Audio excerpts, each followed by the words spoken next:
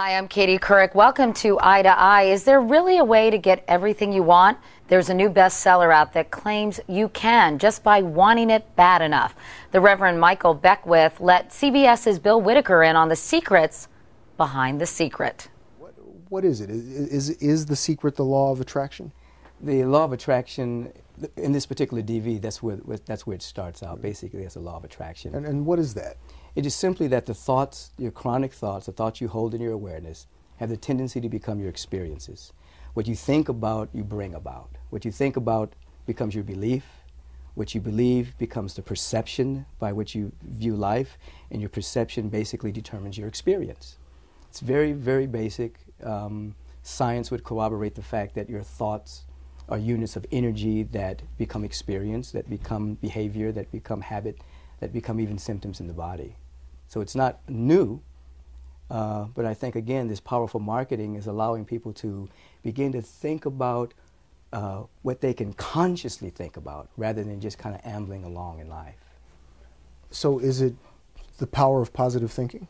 I don't call it the power of positive thinking, because you can be positive that you're broke, but I call it affirmative thinking. So it's life on the affirmative. So you're placing your attention on love, on harmony, on service, on power, on joy, which we teach are really the natural states of your being.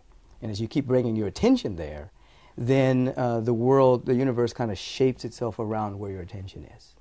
So is it that you can actually move the universe, move objects, move?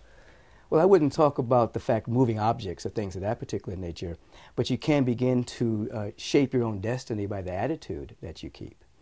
The scientists have a wonderful language in which they call it the observer effect, that you basically, in any experiment, you absolutely change the experiment just by observing it. You change it on a subatomic level.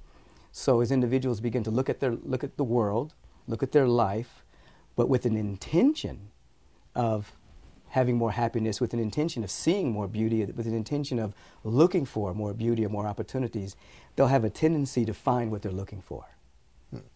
So if you're walking around gloomy and morose, you'll see a lack of opportunity, and you'll have a tendency to keep radiating that into your experience.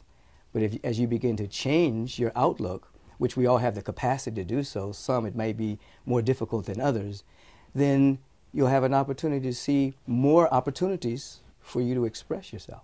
It can seem that if you're poor and you're sick, it's your doing. Well, one thing we teach here is we never blame a person for their experience, but we do encourage everyone to take responsibility for their life. So blame and responsibility are not synonymous. So an individual might be in a situation where, as you're describing, they may be poor, they may be sick, they may be unemployed, there may be any manner of circumstance they may be participating in, and we wouldn't say you're to blame for that.